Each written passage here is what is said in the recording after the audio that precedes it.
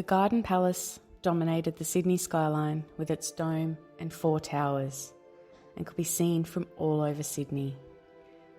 It is said to have been built in 1879 to house the Sydney International Exhibition and was constructed in just 8 months. They say that it was built so fast because they imported electric lighting from England, which allowed work to be carried out around the clock by a crew of around 2,000 men. There are a few images of the building apparently under construction, as you can see here, but there doesn't appear to be many of those 2,000 construction workers anywhere in sight. Could these images in fact be the palace merely being refurbished and repurposed in preparation for the exhibition? Especially considering that the plan for the Garden Palace was very similar to that of a large cathedral, having a long hall with a lower aisle on either side like a nave and transept, each ending in towers and meeting beneath a central dome. The dome was 30 metres in diameter and 65.5 metres high. The building was over 244 metres long, with a floor space over 112,000 metres. 2.5 million bricks were used, as well as 1.4 million metres of timber and 243 tonnes of galvanised corrugated iron. It also contained Sydney's first hydraulic lift, which enabled visitors to climb the North Tower and look out over the views of Sydney. The exhibition ran for just 7 months, with 1,117,536 people attending, with a record of 27,000 people attending in just one day on the 26th of January 1880. The exhibition held over 14,000 exhibits from 34 countries and their colonies, with 254 judges giving out 7,554 awards. The exhibition was said to display new inventions, technology, art, and ideologies. There were pavilions and stalls set up in the gardens surrounding the palace, and a steam-powered tramway was installed to transport exhibition goers around the city and was one of the exhibition's main attractions. Quite a lot of time, money and effort went into an event that ran for just 7 months. I'd also like to give special mention to the giant obelisk that sat right front and centre in the gardens of the palace. Although it's never mentioned in any documents regarding the palace or the exhibition. So what was its purpose? If it was just a monument, what was it for?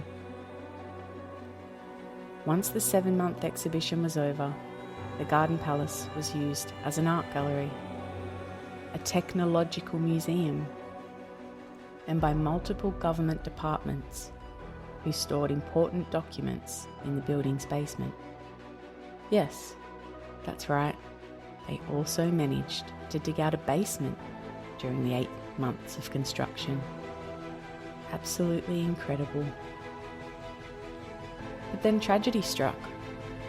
On the night of the 23rd of September 1882, just 3 years after it was supposedly built, a spectacular fire burnt the Garden Palace to the ground, destroying everything inside, including the 1881 census, colonial era records, land occupation and ownership records, railway surveys, Aboriginal artefacts, artwork from the Art Society of New South Wales, the foundation collection of the Technological and Mining Museum, a new map of the colony, which had taken over a year to compile, and objects and ethnological specimens from the Linnean Society of London, which since 1788, the year Australia was said to have been colonised, has been a society that is dedicated to the study and dissemination of information concerning natural history,